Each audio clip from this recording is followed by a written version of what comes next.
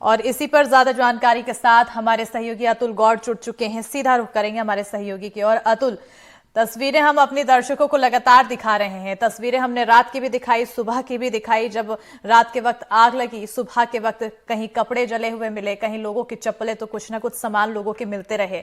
अब इस पूरे हादसे को सबसे पहले सिलसिलेवार तरीके से समझेंगे। जी अस्मिता, देखिए इस सिलसिलेवार इस हादसे को समझने के लिए हम पहले उस बस को देखते हैं जो बस गुना से चलती है। उसको कुल 40 किलोमीटर के लगभग का सफर तय करना था। आधे से ज्यादा सफर वो तय कर चुकी थी, लेकिन वो मंजिल तक पहुंचती उससे पहले ये भीषण हादसा हो गया। और भीषण हादसा इतना भयंकर था कि जो दृश्य निकल करके उसमें सामने आए वो इतने भीभत्स थे कि हम स्क्रीन पर उसको दिखा भी नहीं सकते।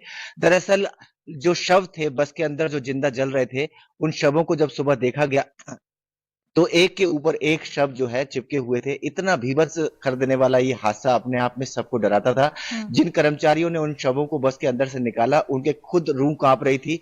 और ये दर्दनाक हादसा अपने आप में बयां कर रहा था कि तस्वीर कितनी भयावह होगी और उन बिल्कुल। परिवारों के ऊपर क्या बीती होगी जिन्हें अपने अपने लोगों को गंवाना पड़ गया। और ये जो लापरवाही सामने आई है प्रशासन की, उसकी तो हदें पार कर दी हैं। अपने आप में देखा जाए कि एक बस जो बिना परमिट के चल रही है, एक बस जो बिना फिटनेस के चल रही है, और एक बस जिसका इंश्योरेंस तक नहीं। अगर ये सारी बातें हमारे जांच में हैं और ये सामने आती हैं और सिद्ध होती है, तो निश्चित तौर पर ये प्रशासनिक रूप से कितनी बड़ी लापरवाही, कितनी बड़ी कमजोरी है हमारे सामने कि हम इसको बयां नहीं कर सकते शब्दों में। और इसके ऊपर अभी एक्शन नहीं लिया गया। सबसे खास बात यह है स्मिता कि आज ये घटना हुई है, सबका ध्यान इस ओर जाएगा, लेकिन कल जब दोबारा सूरज आएगा तो फिर हम सब भूल करके आगे बढ़ जाएंगे और कहीं ना कहीं प्रशासन भी इसको लापरवाही से आगे कर देगा। ये सब जो है नहीं होना चाहिए। अगर ये घटना सामने आई है और इसने कई लोगों के जीवन को समाप्त किया है, किसी लोगों के परिवारों को उजाड़ दिया है, तो ऐसी घटना का हमको निश्चित तौर पर सबक लेना चाहिए और इस